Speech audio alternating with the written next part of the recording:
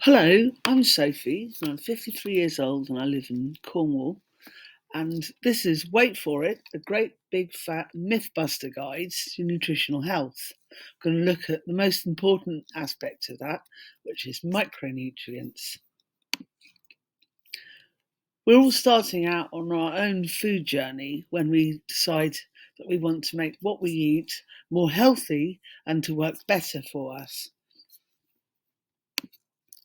We all know that an orange contains vitamin C, but not everybody likes oranges or wants to eat oranges. When I was really young, I found them quite unpleasant. Might have been the way they were cooked at school or even served in a funny jelly. But there are ways to get vitamin C apart from the orange, like red peppers. I mean, I personally prefer lemons.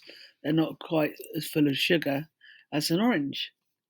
But the fact that we get vitamin C from fruits and vegetables is a fact. The top New Year's resolutions in 2022 were to exercise more and eat more healthily, neck and neck. However, this year I've noticed saving more money has crept up to the number one slot, with eating more healthily number three behind exercising more. So if you keep watching till the end, you'll get to the absolutely surprising, unrelated to food fact about what manages our weight in today's extremely sedentary lifestyle. I started out by looking at the NHS website in February 2020, and I stumbled across lists of vitamins and minerals. And they told us about the foods they come from and the RDAs. So if we're not getting this from our diet or from our lifestyle. I turned all of that over one weekend into a chart, and that was to create a shopping list so that I know what foods to buy that would give me all of the vitamins and minerals in as few items as possible, or at least within a budget, and then which supplements I could get to fill in gaps left in my diet. The official advice that we're given is very different from what you might discover if you look at it from the point of view of getting vitamins and minerals. It's very biased towards manufacturers and the food industry, and they even tell you to base every meal on a starchy carbohydrate. The thing is, a lot of people don't respond very well to starchy carbohydrates. They can create unnecessary weight gain, they can make you feel sluggish, they can promote diabetes, and they also can just create respiratory problems and a general bunged upness, which can include a cause of anxiety. What we very much depends on where our genes are from and also where we live according to seasonal, what's available seasonally, but also our lifestyle. In the 21st century, we have a lot of reasons to be sitting down, watching TV, playing video games, listening to music, or just generally sulking in a teenager's bedroom. The teenager, that is, not someone else who's not that teenager.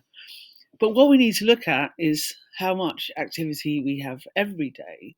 And when I get to the end of this, I'll show that that governs our body weight much more than what we eat, especially when our eating is all about nutritional health. In fact, a lot of weight loss apps are all about counting calories. And the problem with counting calories is it puts the cart before the horse. Think of the cart as carrying all the calories, all the things you're eating in order to get enough each day in order to do all the things you want to do, and the horse being the strong vitamins and minerals that power everything that our body does. So the stronger, the more healthy the horse, the lighter weight, the lighter it makes of pulling a cart full of items. We could also look at the fact that we all need fuel, But we might need different types of fuel according to our bodies. Our bodies vary greatly in terms of where our ancestors live and where we live, what's available locally, and of course our lifestyle. So we might be electric, we might be diesel, or we might be petrol, but we still need the same ingredients, which is fuel. There are other ways to get vitamins and minerals other than just food, and of course the most important one is sunlight. We get vitamin D from sunlight, but between October and March. This is stated clearly on the NHS website under vitamin D. We don't get enough between October and March to make vitamin D. We need vitamin D in order to regulate calcium and phosphorus in our bodies. So if we're not getting enough vitamin D, we're not really getting enough calcium. And so ensuring that you take a D3 or D2 supplement, could be 25 micrograms, it could be 1,000 international units every day, especially during the winter and especially when you don't go outside, then you're going to have enough because your body only uses what it needs and it stores the rest. And the other very important point is vitamin D is fat soluble. So for bioavailability, you eat it after food, and that ought to be after foods containing healthy fatty acids. So nuts, fish, meat, dairy, seeds, avocados, olives, all the foods that you usually see in pictures of the healthiest foods, in fact. So if we ate the amount that we ought to eat for the 21st century sedentary lifestyle, it would be a post-apocalyptic Star Trek plate with a few supplements on it, because we really are just eating in order to get micronutrients. So think of a food craving. And it's not just pregnant women that get food cravings, everyone gets food cravings. You look at something and you think, oh, I really like that. But what really your body's doing is it's giving you a list. Potassium, selenium, magnesium, so vitamin C, please. So if you eat the wrong things, or if you eat food that doesn't contain any micronutrients, such as junk food, fast food, then your body's going to say, please, can I have some potassium?